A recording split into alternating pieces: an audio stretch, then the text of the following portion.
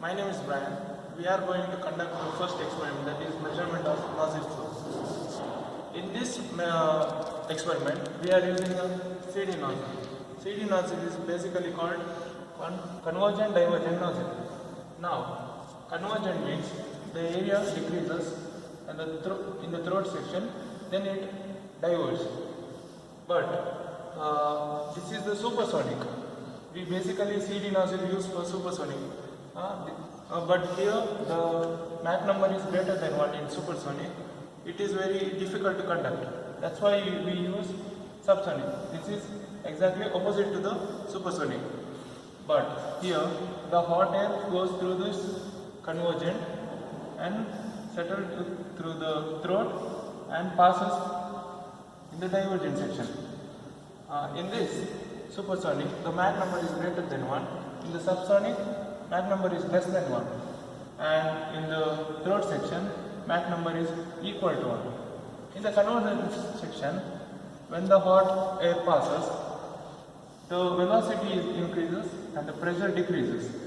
And in the divergent section, pressure decreases, velocity increases. So we use the subsonic in the experimental section. So we use CD nozzle. 13 multi-tube manometer, which is connected to the CD nozzle from 1 to 13. We have to take the distance using a scale 1 to till 13. Here, first to settling chamber, the diameter is 75 mm and the length is 100 mm. In 3, 4, 5 converging section, the diameter is 75 to 40 mm because it is converging. That's why it is 75 to 40 mm and the length is 80 mm.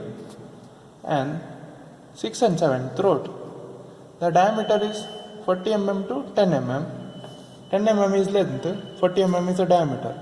In diverging section from 8 to 13, the diameter is 40 mm to 100 and the length is 170 mm because the length is very long compared to the others. That's why the inner diameter is 75 and the outer diameter is 100 mm. Here the nozzle specifications are given. Here, settling, converge, throat, divergent, and the probe location. Probe location is this. Probe location is 1, 2, 3, 4, 5, 6, 7, 8, 9, 10, 11, 12 and 13. These are the probe locations. From the setup CD nozzle from the experiment, we have taken the length. We have calculated the length. Now in the settle region, settle section, 1 and 2 is 3 centimeter. We have to convert it to mm. And 3, 4, 5, 6 is 2 centimeters, which is convergent, and the throat 2 centimeter. Then from 8 to 13, that is divergent, which is 2.5 centimeter, and one is 2 centimeter, which is we calculated from the experimental setup. Starting the experiment, we need to look at the observation and tap the formulas. Now, the observation is acceleration due to gravity g is equal to 9.81 meter per second square, and the density of water, because we use water in the manometer, so density is 1000 kg per meter cube, and the inlet diameter of the nozzle d1 is 75 mm, and the outlet diameter is d2 100 mm, and the throat diameter is 40 mm, and 10 mm is the length. And the coefficient of the pitot tube is Cv is equal to 0.98, and the real gas constant is R 287 joule per kg Kelvin. Now, the formulas we use to calculate the pressure and velocity. P is equal to rho gh and velocity is equal to square root of 2gh. Here, to calculate the pressure and velocity, we use these two formulas. To calculate to conduct the experiment, to take the reading, we have to take the trial 1. We have to take the trial in a particular velocity, which could be 20 to 25 meter per second. Now we can take at 20 also, 25 also, 23 also, it depends on you. Now after the calculation and readings, we have to plot the two graphs, pressure versus probe location and velocity versus probe location. This is the nozzle flow measurement setup. In this, here multi-tube manometer, there are 13 multi-tube manometers, and the last one, the fourth tube is used to calculate H0, which is connected to the CD nozzle. Here 13 tubes in the CD nozzle, and there is a pitot tube which is connected to the digital pressure velocity indicator. In this we can see the pressure and velocity, and this is a console to on the digital pressure velocity indicator, and a blower which is connected to the CD nozzle, and here a knob which is to control the velocity and pressure through this. And here in this 13 tubes which is connected to the CD nozzle, 1 and 2 is a settling chamber, 3, 4, 5 is a convergence section, 6 and 7 is a throat, and 8 to 13 it's a divergent nozzle. So these are the 13 tubes which is connected to the nozzle. Basically this is a probe location 1, 2, 3, 4, 5, 6, 7, 8, 9, 10, 11, 12 and 13, which is used as a probe location. We can use to draw the graph. So these are the probe location. We can start the experiment. Before starting the experiment, you can see the water level in all the tubes, which is constant. So we have to note down this. And here if you switch it to velocity, we can see the velocity. If you switch it to pressure, we can see the pressure. Now we use only velocity, so we can switch down to velocity. Then here, before starting the experiment, the knobs of this load should be in 0. Now, and the console should be off. Now we can on the machine. Switch on the mains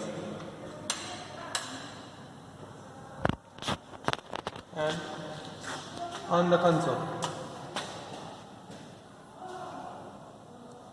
Now if there is some value showing in the machine, we have to tear so that it becomes 0, 0.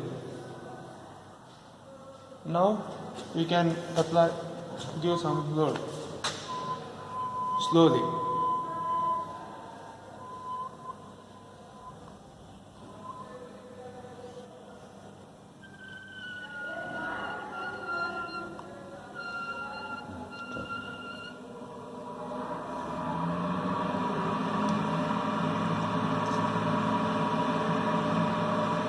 While giving the load, we can see the velocity. We have to keep in between 20 to 25 meter per second. While giving the load, we have to wait for nearly 3 to 5 minutes because the flow is to be steady. Before starting the experiment, we need to wait for 5 minutes.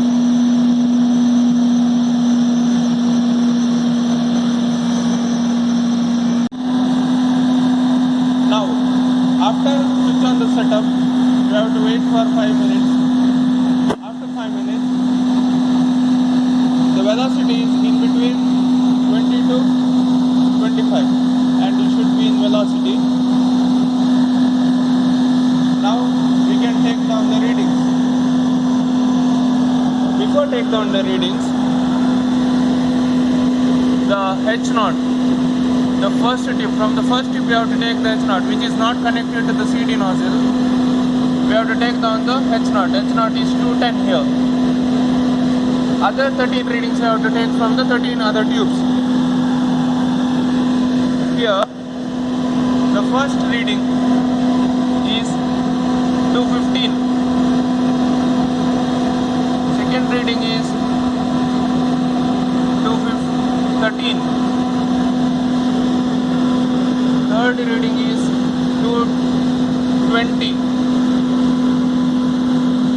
worth is 225.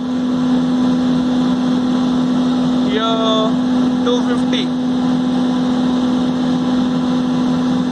210, 290, 300,